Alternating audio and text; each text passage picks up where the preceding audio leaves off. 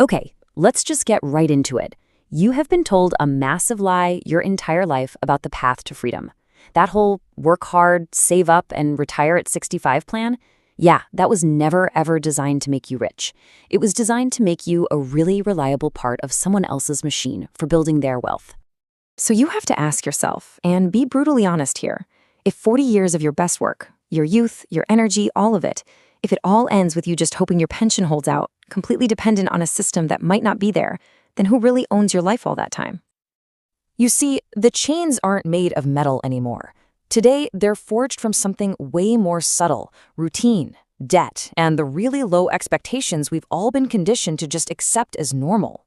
It is a new kind of servitude, and the very first step to breaking free is just seeing the prison for what it actually is. And that brings us perfectly to the first big deception we absolutely have to tear down: the retirement lie. I mean, just think about it for a second. That promise of getting to rest in your 60s, that's the leash that keeps you compliant and obedient through all your best years. It's the carrot they dangle just far enough away to keep you running on that hamster wheel. You're not actually saving for freedom. You're just saving to postpone a total collapse. You finally get to the finish line, and you're too tired, too broke to enjoy a life you never even got a chance to really live. So how in the world do you break out of this cycle? Well, it starts by understanding the huge, fundamental difference between labor and wealth. They are not the same thing, and getting this one distinction, well, it can change your entire life. See, labor is just trading your time, which is the one resource you can never ever get back, for money. You're basically renting yourself out by the hour. Wealth, on the other hand, wealth is about the command of your thoughts. It's about building systems, creating ideas, and providing value that works for you 24/7, multiplying your efforts even while you sleep. The worker sells hours, the owner builds leverage. And this quote just nails it. Andrew Carnegie didn't get rich by swinging a hammer in one of his steel mills. No way! He got rich by using his mind to organize a massive empire of people, materials, and processes. His ideas generated more wealth in a single day than a whole lifetime of physical labor ever could. Your mind, that is your greatest asset. And this is exactly why you have to direct that mental factory of yours. The starting point for any great achievement is what Napoleon Hill called a definite chief aim.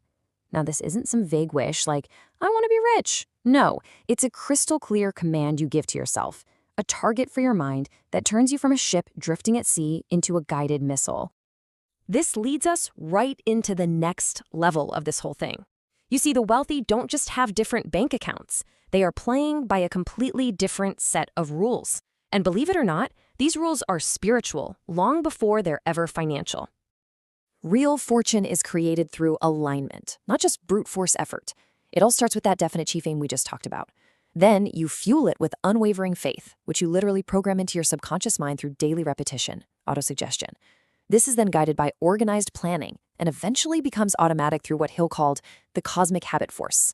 Basically, the universe starts rewarding your consistent positive habits. And that's really the secret, right there. One person works with their body, trading sweat for dollars. The other works with their mind, but according to these specific laws. And the person who aligns their mind with these principles, they can achieve more in a single year than the other person can in an entire lifetime of undirected physical work. It's not even a fair fight. Okay, so let's turn all this philosophy into a practical daily habit you can start tomorrow. Let's talk about what I call your morning command.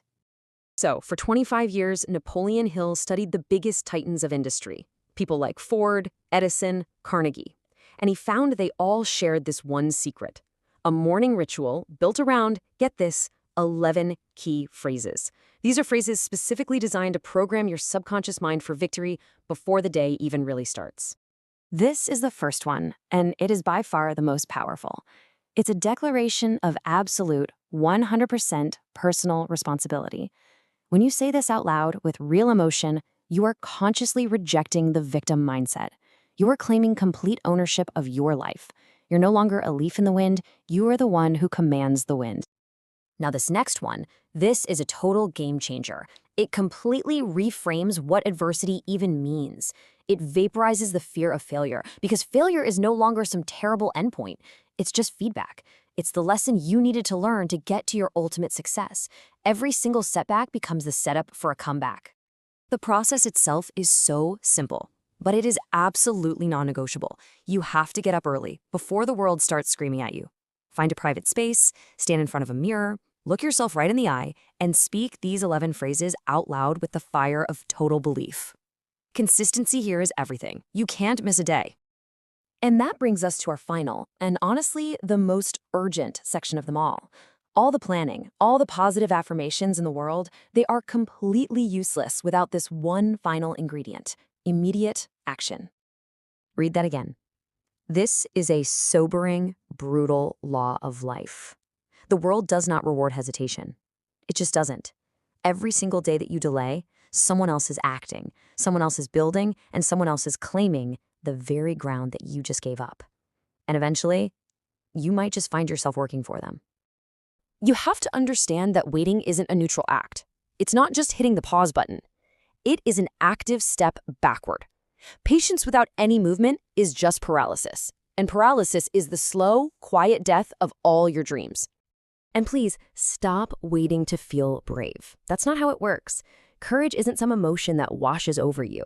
It's a choice you make. It's taking action even when you're terrified. The most successful people on this planet feel fear just like you do. They just act anyway. This is a universal law of results. It's like gravity. You cannot just think your way to success without acting your way there. Action creates momentum. Action gets you feedback. Action is what makes the invisible visible. So stop planning to start. Just start. And so we end right here with a choice of identity. This isn't about refusing to serve other people in a helpful way. It's about refusing to be in servitude to your own fear, to your routines, and to a paycheck. The moment you refuse to serve those masters and instead begin to command yourself, your thoughts, your habits, your actions, that is the moment the world starts to listen. You were born to build something, not just to work. So which one are you going to choose?